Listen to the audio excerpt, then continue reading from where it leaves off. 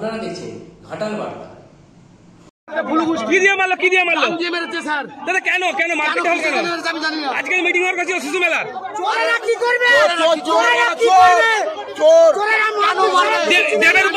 দেবের উপস্থিতি দেয় ওরা কি আগে থেকে লাঠি নিয়েছিল? ওরা কি আগে লাঠি নিয়েছিল?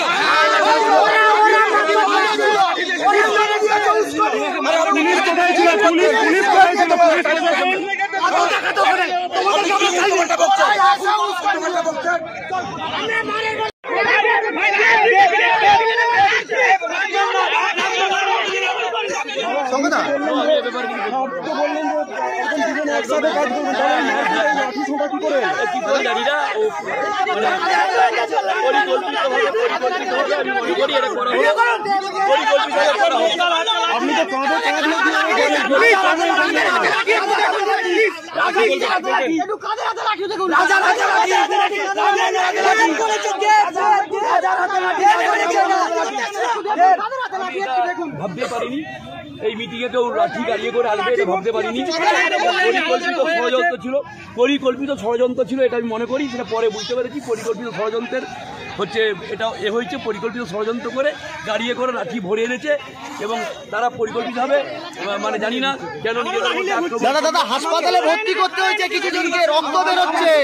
ঠিক আছে, আমাকে ফাগরুল এখানে লাঠি মেরেছে, আমার এখানে প্রচুর যন্ত্রণা লাগছে। ফাগরুল নিজে লাঠি মেরেছে, আমাকে নিজে লাঠি মেরেছে।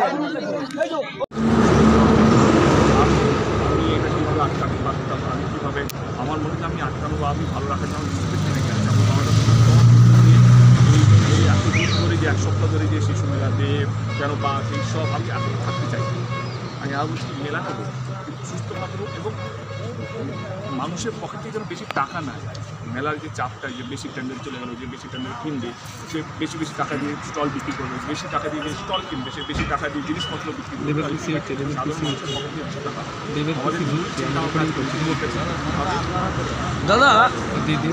দাদা শঙ্করদা একটা বলছে যে আগের যে কমিটি গঠন সেটা আপনার অনুমতি নিয়েই করেছিল।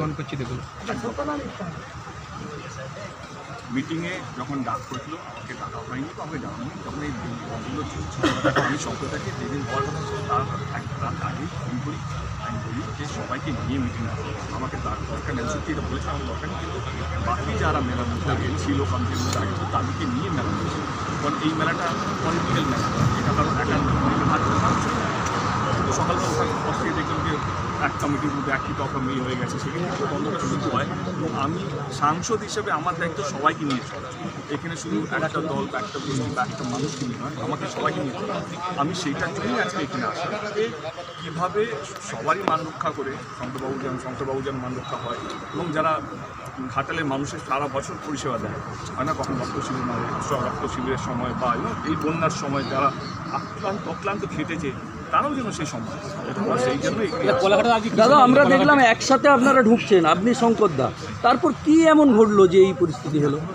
মানে আমি এখনও বুঝে উঠতে পারলাম।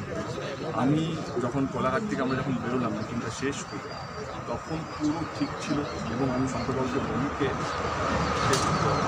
ওখানে গিয়ে কোনো ঝামেলা ছিল না, এটা তোমার দায়িত্ব, তোমাকে এটা টেক কেয়ার করতে হবে। কোলাঘাটে কি সিদ্ধান্ত হয়েছিল? কোলাঘাটে সিদ্ধান্ত হয়েছিল কি দুজনই শঙ্করবাবু যে নিজের জায়গাটা চাইছিল সেই পক্ষটাও মানা হলো, যে আরেকটা পক্ষ ছিল তারা যে বলছে দুজনে কোথাও এসে আমরা দুজনকেই তারা রাজি হয়েছিল কি না এইটা ঠিক আছে, এই জিনিসটা কীভাবে বললে ভালো।